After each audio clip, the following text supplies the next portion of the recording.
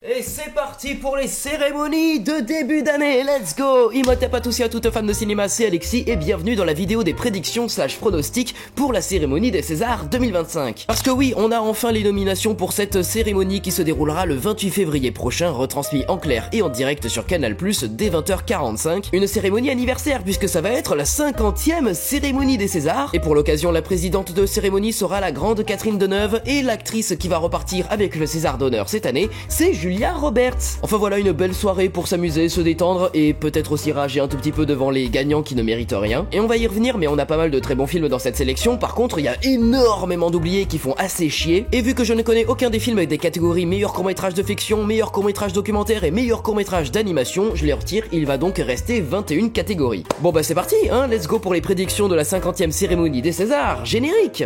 Bienvenue, hein, bienvenue à la dernière, à la 45e. Donc là, on passe de Inception à Deception. T'es pas à l'abri d'une Will Smith. Grosse pute. Oui, en même temps, je ne vois pas pourquoi on vous ferait dire grosse pute au César. Ayez confiance en vous et vive le cinéma. Et on va commencer par les Césars des acteurs parce que généralement ils commencent avec les prix des révélations féminines et masculines, voilà, et désolé si j'écorche les noms. Sont nommés pour le César de la meilleure révélation féminine Maïwenn Barthélémy dans 20 Dieux, Malou Kezibi dans Diamant Brut, Megan Northam dans Rabia, Mallory Vanek dans L'amour ouf et Souheila Yacoub dans Planète B. Alors c'est assez étrange de ne pas voir Giovanna Benedetti qu'on a vu dans Le Royaume et qui a laissé plutôt une empreinte marquante d'après les retours que j'ai eus. Mais bon, on va faire assez vite, ça va se jouer entre Diamant Brut et L'amour ouf et je pense que ça va repartir à Mallory Vanek, voilà, je pense qu'elle le mérite amplement, elle était absolument fantastique dans le film, je trouve même qu'elle avait un meilleur jeu que Adèle Exarchopoulos, c'est vous dire. Sont nommés pour le César de la meilleure révélation masculine Abou Sangaré dans L'histoire de Soleiman, Adam Bessa dans Les Fantômes, Malik Frika dans L'amour ouf, Félix Kissil dans Miséricorde et Pierre Lotin dans En Fanfare. Alors pas de Jonathan Feltre pour La nuit se traîne ou de Clément Favot pour 20 Dieux, voilà, ça fait un peu chier. Mais oui, là ça va faire mal parce que y a match, voilà, il y a très clairement match. Je pense que l'Académie irait plutôt vers des trucs genre Les Fantômes ou Miséricorde, là où le grand public irait vers le gros succès genre En Fanfare ou L'amour ouf. Mais là on juge les performances et je pense que ça enverrait un énorme message que ce soit Abou Sangaré qui remporte le prix. Évidemment, ce serait une récompense très politique et justement, j'en aurais envie que ce soit politique. Mais est-ce que l'Académie va aller sur ce terrain-là avec Bolloré à la tête ? Ouais, moyen, hein. Sont nommés pour le César de la meilleure actrice dans un second rôle Élodie Bouchez pour L'amour ouf, Anaïs de Moustier dans Le Comte de Monte Cristo, Catherine Fro dans Miséricorde, Nina Meurice dans L'histoire de Soleiman et Sarah Succo dans En Fanfare. Alors là, j'avoue, je sais pas trop. Dommage que Sarah Forestier ne soit pas nommée pour le film Trois amis d'Emmanuel Mouret. Elle était superbe, pareil pour Camille Cotin dans Ni chaîne ni maître et pareil pour Laura Felpin dans Jolie Jolie. Et ouais, c'est assez chiant. Tout semble porter à croire que c'est Anaïs de Moustier qui va gagner, mais je sais pas, moi, bizarrement, j'ai envie de faire le choix de Catherine Fro dans Miséricorde. Voilà, je pense que il y a peut-être une surprise à avoir. Je me trompe très certainement, hein. J'ai envie de faire un pari stupide, mais j'ai envie de le tenter. Et sinon, bah c'est pas grave. Sont nommés pour le César du meilleur acteur dans un second rôle David Ayala dans Miséricorde, Bastien Bouillon dans Le Comte de Monte Cristo, Alain Chabat dans L'amour ouf, Jacques Develay dans Miséricorde et Laurent Lafitte dans Le Comte de Monte Cristo. Putain, mais vous auriez pas pu varier un tout petit peu, sérieux? Non, genre, vous auriez pu mettre Gilles Lelouch dans Leurs enfants après eux, il y avait Vincent Macaigne dans Trois amis. Là, on dirait seulement que 3 films sont sortis cette année, sérieux? Y a aucun acteur de Jolie Jolie, aucun acteur de Monsieur Aznavour, aucun acteur de Dali, aucun acteur de Un petit truc en plus, aucun acteur du roman de Jim ou du procès de chien. Y a aussi Grégory Gadebois dans Le Fil qui a été oublié, Victor Belmondo ou Romain Duris dans La nuit se traîne. Non? Bah voilà, fait chier. Bon, écoute, je vais mettre Laurent Lafitte parce que Laurent Lafitte et son rôle de méchant manipulateur lui va très bien. Et voilà, même si mon cœur va quand même pour Alain Chabat, parce que bah c'est Alain Chabat quoi. Sont nommés pour le César de la meilleure actrice Adèle Exarchopoulos dans L'amour ouf, Carla Sofia Gascon dans Emilia Pérez, Afzia Herzi dans Borgo, Zoé Saldana dans Emilia Pérez, Hélène Vincent dans Quand vient l'automne. Oh là là, l'ambiance dans la salle quand ça va parler de Carla Sofia Gascon. Franchement, si elle le remporte, c'est un énorme foutage de gueule. Pas au niveau de Roman Polanski, mais quand même, je vois personne accepter la violence de ses propos qu'elle a tenus dans ses tweets en lui remettant le César. Et on va se le dire, Zoé Saldana l'aura pour les Oscars, elle l'aura pour les Césars. Parce que oui, c'est bien gentil, mais bon, s'il faut récompenser chaque année Adèle Exarchopoulos ou Benoît Magimel, bon, pas besoin de mettre 4 autres nommés dans la cérémonie quoi. Et sinon, on s'en fout de Laetitia Dodge dans Le roman de Jim, India Air dans Trois amis, Marie-Julie Beaup en Edith Piaf dans Monsieur Aznavour. Il y avait aussi Clara Luciani dans Jolie Jolie, Léa Seydoux dans La Bête, Charlotte Gainsbourg dans Nous les Leroy, Alexandra Lamy dans La promesse verte, les actrices du film Les femmes au balcon aussi, pourquoi pas. Il y avait aussi Agnès Jaoui dans La vie de ma mère et tant d'autres. Sont nommés pour le César du meilleur acteur François Civil dans L'amour ouf, Benjamin Laverne dans En Fanfare, Karim Leclou dans Le Roman de Jim, Pierre Ninet dans Le Comte de Monte Cristo et Tahar Rahim dans Monsieur Aznavour. Bon bah voilà, c'est bon, vous le savez tous, ça va être Pierre Ninet, voilà, c'est obvious à 2000 km, même la performance de Tahar Rahim en Aznavour ne rivalise pas. Juste, bon bah c'est dommage pour les non nommés, voilà, comme Ibrahima Mbiaye qui joue Massamba dans Ni chaîne ni maître, dommage pour George Mackay dans La Bête, Bully Lanners dans Une affaire de principe, Daniel Auteuil dans Le Fil, Artus dans Un petit truc en plus, William Lebguil dans ses 3 rôles, c'est-à-dire La vie de ma mère, Le beau rôle ou même Joli Joli, et même ils ont oublié Vincent Lindon et Benjamin Voisin dans Jouer avec le feu.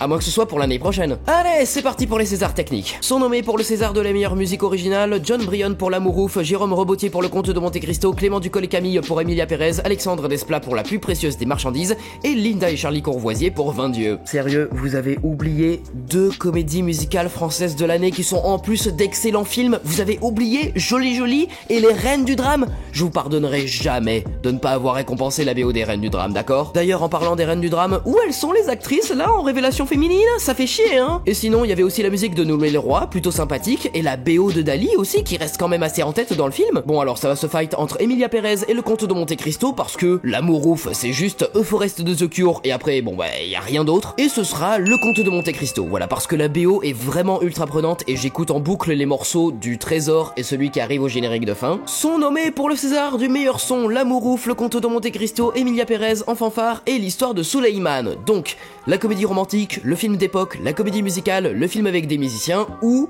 Les bruits de Paris. Je pense sincèrement que ça va se jouer entre Emilia Pérez et l'histoire de Souleyman, et je vais voter pour lui parce que, bon, je suis bordelais, mais pour être souvent allé à Paris, gérer le son de la ville pour en faire un brouhaha dans lequel le personnage doit vivre une sorte de course contre la montre, je pense que c'est bien fait dans le film. Par contre, c'est quand même une folie que le film Les Fantômes ne soit même pas là-dedans, voilà, il y a un rapport au son dans le film. Ils ont oublié? Est-ce que l'Académie a vu les films au moins? Sont nommés pour le César de la meilleure photographie, L'Amour ouf, Le Comte de Monte Cristo, Emilia Pérez, l'histoire de Souleyman et Miséricorde vont aller se faire foutre la photographie de folie des Reines du Drame, de Diamant Brut, de Leurs enfants après eux, de Joli Joli, de Pendant ce temps sur Terre, de Ni chaîne ni maître, des Femmes au balcon et de Animal, voilà. Bon, alors j'aime beaucoup la photo du Comte de Monte Cristo, bien plus supérieure à celle des Trois Mousquetaires, mais je pense que ce sera L'Amour ouf parce qu'il y a des cadrages de plans bien plus sophistiqués et esthétiques, et voilà, on va y revenir quand on parlera de la réalisation, mais Gilles Lelouch s'amuse avec sa mise en scène et cette qualité se voit aussi dans la photo. Sont nommés pour le César du meilleur montage, L'Amour ouf, Le Comte de Monte Cristo, Emilia Pérez en fanfare et l'histoire de Souleyman. Pourquoi remettre les mêmes? Sérieux, vous aviez Dali avec ce montage très étrange et qui parcourt le film, il aurait gagné haut la main là. Mais non, voilà, bon, je vais remettre le prix à L'Amour ouf parce que en vrai c'est un film de 2h30 qui se bouffe tranquille, comme Le Comte de Monte Cristo en vrai, mais vu qu'il y a un gros timelapse pour le film et qui se voit chez les acteurs, et puis il y a de bonnes idées de montage comme la scène de l'éclipse, et l'histoire de Souleyman pourrait créer la surprise aussi. Sont nommés pour le César des meilleurs costumes, L'Amour ouf, Le Comte de Monte Cristo, Emilia Pérez, Monsieur Aznavour et Sarah Bernhardt, la divine. Évidemment que ce sera Le Comte de Monte Cristo, il y a pas de doute là-dessus, même s'il y aurait pu avoir un peu match s'il y avait eu Ni chaîne ni maître, Joli Joli, Les Reines du Drame, Dali et Les Femmes au balcon. Sont nommés pour le César des meilleurs décors, L'Amour ouf, Le Comte de Monte Cristo, Emilia Pérez, Monsieur Aznavour et Sarah Bernhardt, la divine, exactement les mêmes putain. Alors qu'on aurait pu avoir aussi les décors de Ni chaîne ni maître, de Joli Joli, des Reines du Drame, de Dali, des Femmes au balcon, et du coup bah ce sera Le Comte de Monte Cristo, voilà. Par contre il y a grosse concurrence avec Monsieur Aznavour aussi. Sont nommés pour le César des meilleurs effets visuels, La Bête, Le Comte de Monte Cristo, Emilia Pérez et Monsieur Aznavour, ce sera Le Comte de Monte Cristo évidemment. Peut-être aussi les effets visuels des Femmes au balcon, on aurait pu voir quand même. Sont nommés pour le César du meilleur scénario adapté, Mathieu Delaporte et Alexandre de la Patelière pour Le Comte de Monte Cristo, Jacques Audiard pour Emilia Pérez et Michel Hazanavicius et Jean-Claude Grimberg pour La plus précieuse des marchandises. Alors, je pense que ce sera Le Comte de Monte Cristo, mais je dois reconnaître la puissance du scénario de film d'animation de Hazanavicius qui est raconté un peu comme un conte et qui fonctionne vraiment très bien. Sont nommés pour le César du meilleur scénario original, Stéphane de Moustier pour Borgo, Emmanuel Courcol et Irène Muscari pour En fanfare, Boris Lochkin et Delphine Agut pour l'histoire de Souleyman, Alain Guiraudy pour Miséricorde et Louise Courvoisier et Théo Abadi pour 20 dieux. Alors, on aurait pu mettre aussi Florent Bernard pour Noulé Leroy, Quentin Dupieux pour Dali et Carmen Leroy et Emmanuel Mouret pour 3 amis. Mais alors, j'adore 20 dieux, mais il aura rien. Je vois bien l'histoire de Souleyman gagner, j'en serais ravi, mais bon, l'Académie semble un peu trop forcée avec Miséricorde, donc pour moi ce sera lui. Voilà, je pense un peu à contre-cœur. Sont nommés pour le César du meilleur film d'animation, Flo, le chat qui n'avait plus peur de l'eau, réalisé par Gins Silbalodis, La plus précieuse des marchandises, réalisé par Michel Hazanavicius, et Sauvage, réalisé par Claude Barras.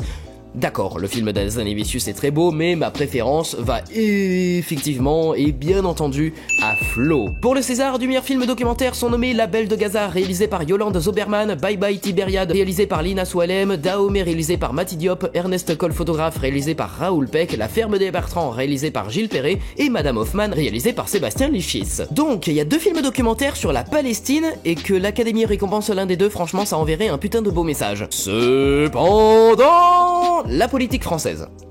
Et puis juste Bolloré quoi, donc en vrai je pense que le prix repartira à Dahomey parce que il a quand même remporté l'Ours d'Or au Festival de Berlin de 2024, donc voilà, c'est quand même pas rien. Pour le César du meilleur film étranger sont nommés Anora, réalisé par Sean Baker, Les Graines du Figuier Sauvage, réalisé par Mohamed Rasoulov, The Apprentice, réalisé par Ali Abbasi, The Substance, réalisé par Coralie Farja, et La Zone d'intérêt, réalisé par Jonathan Glazer. Ah là là, putain, c'est vraiment très dur. J'enlève The Apprentice, il nous reste 4 excellents films, j'ai mes préférences. En plus, ils auraient pu rendre le truc encore plus dur avec Le Cercle des Neiges, Le Mal n'existe pas, Vampire humaniste cher suicidaire consentant, Le Successeur ou Les Chambres Rouges. Ça va se jouer entre The Substance et La Zone d'intérêt, et je pense que ce sera The Substance, parce que il faudra récompenser à un moment donné Coralie Farja, voilà. Alors oui, vous allez me dire, pourquoi est-ce que elle et le reste de l'équipe de film n'est pas présente dans la sélection alors que Coralie Farja est française? Eh bien c'est parce que la plupart des fonds du film viennent de fonds américains, donc c'est vraiment un film anglo-saxon, et c'est pour ça qu'il est dans meilleur film étranger. Mais bon, ça change rien, il va gagner, gna gna gna. Pour le César du meilleur premier film sont nommés Diamant Brut, réalisé par Agathe Riedinger, Les Fantômes, réalisé par Jonathan Millier, Le Royaume, réalisé par Julien Colonna, Un petit truc en plus, réalisé par Artus, et 20 dieux, réalisé par Louise Courvoisier. Ah, je suis en colère parce que il y a pas les reines du drame, et parce que il y a pas Nous les Leroy de Florent Bernard, voilà. Invisibilisation de la culture internet et LGBTQIA+. Ah, je pense que ce sera 20 dieux, voilà. Alors, pourquoi? Parce que c'est mon film préféré parmi eux, voilà, tu vas faire quoi? Et en plus, c'est vraiment super, donc je vais pas aller contre la qualité du film. Pour le César de la meilleure réalisation sont nommés Gilles Lelouch pour L'Amourouf, Mathieu Delaporte et Alexandre de la Patelière pour Le Comte de Monte Cristo, Jacques Audiard pour Emilia Pérez, Boris Lechkin pour L'Histoire de Soleiman et Alain Guiraudy pour Miséricorde. Où sont les femmes? Elles ne sont plus là. Alors j'aurais pu tout à fait dire que oui, elles étaient bien présentes dans le cinéma français de 2024, mais apparemment pas assez visibles pour l'Académie comparé à Anatomie d'une chute. Oh, excusez-moi.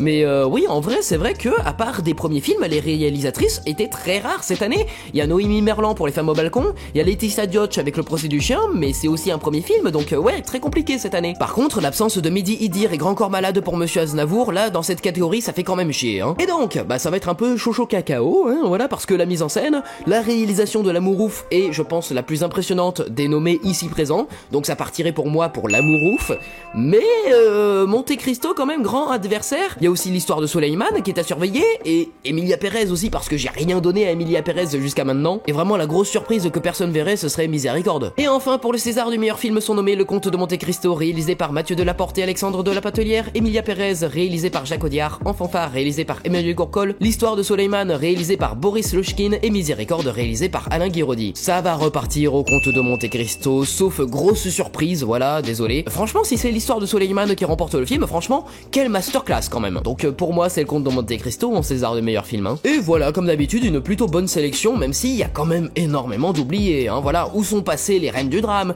les 3 films avec William Lebguil sorti en 2024, Joli Joli, La vie de ma mère et Le beau rôle, où est passé Ni chaîne ni maître pour une fois qu'on traite sérieusement du passé de la France esclavagiste. Faudrait récompenser cette surprise, non? L'absence de Dupieux est aussi sidérante, voilà. Et puis forcément, Nous les Leroy, quoi. Je voulais voir Florent Bernard gagner un prix au César et montrer que les gens qui viennent d'internet peuvent faire de grandes choses. Vraiment, ça me tenait à cœur de le voir dans la cérémonie, et voilà, il a été snobé. Ça fait chier. Mais bon voilà, c'est le jeu, voilà, chaque année c'est la même chose, on s'y fait avec le temps.